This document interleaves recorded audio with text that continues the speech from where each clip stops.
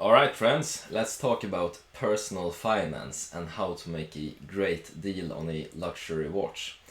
In my case, I recently purchased the Datejust 41 with the blue face.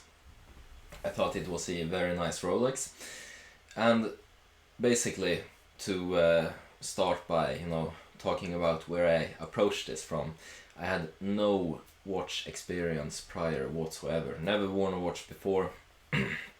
Decided it's time now, and then I started doing some research.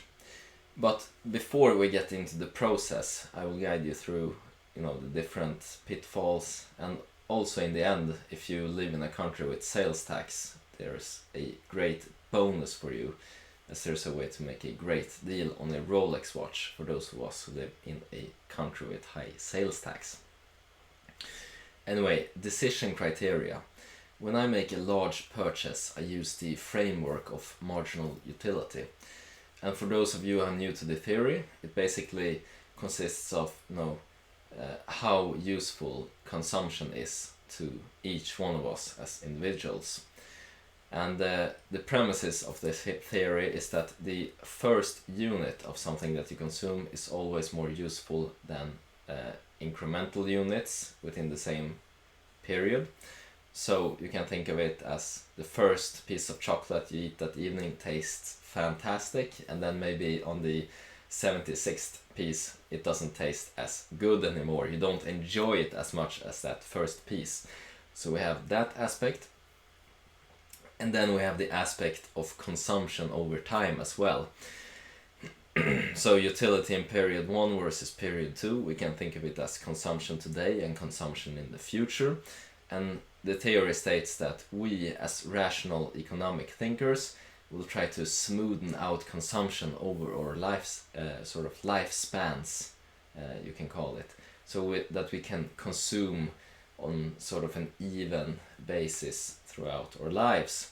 However, in practice we see that this is not the case. We see a lot of very wealthy individuals who die with a lot of money in the bank, never using it on anything. And then we have, on the other extreme, people who spend like there is no tomorrow, like there's no future. They rack on credit card debt and just consume, and end up in personal bankruptcy. And I try to think in this framework when I make large purchases. And as for me, buying an expensive watch, in this case a Rolex, today felt comfortable enough for me, because I feel that even if I consume this today, I still have a lot of resources that I can consume in the future. So this is the framework, this is how I decided this is okay for me right now.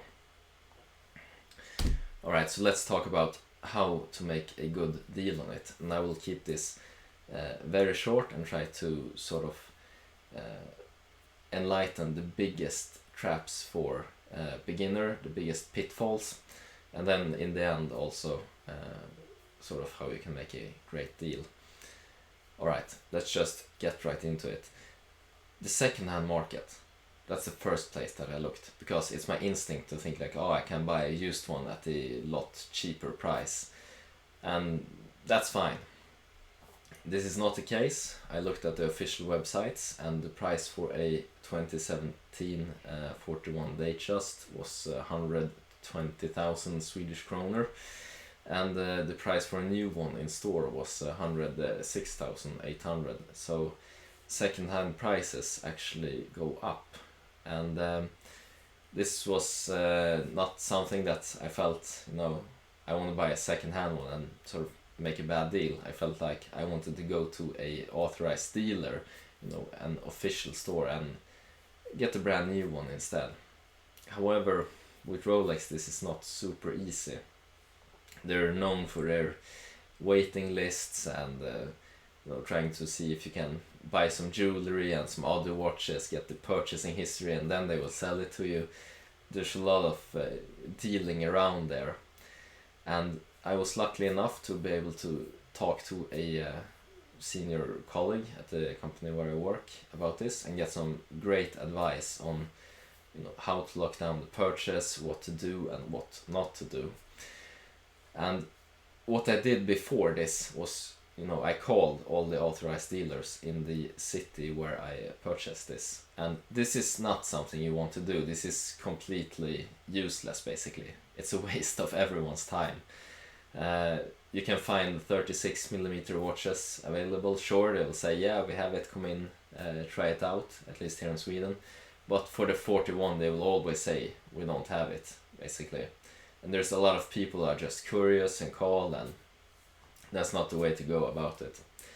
The advice that I got was, tell the story why I wanted it at the local authorized dealer, to walk in there in person. So that's exactly what I did. I walked in, visit number 1, tried on a few watches, different models, different colors, in the smaller sizes and so on, what was available basically, just to check color, and if I liked the smaller Datejust model. Then I went home, thought about it for some time, to really go with the watch that I felt was the appropriate one for me. And after deciding upon that, I went back to the store, and this is the advice that I got. Don't go on the waiting lists. You can be there forever, basically. What you do is you use the down payment. So once I, clarified which model I wanted, what color on the watch, I told the salesperson that, alright, how can we get this as quickly as possible? It was like, well, we can go on the waiting list and yada yada. So what I told was, well, what about if I make a 50% down payment right here and right now? How quickly could I, pick up this watch?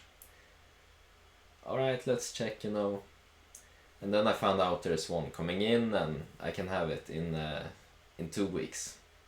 So it's always, money talks, sort of. So that's what I did. And here's some more, general advice, because I asked, my colleague, how about, getting price reductions? Can I ask for a discount? Can I negotiate? And he told me, if you are you, and you walk into the store, and you try to negotiate the price, they won't sell it to you. Fair enough. So I didn't try that, because otherwise I can, try to get a discount on a new suit or something like that. I always try to make a good deal.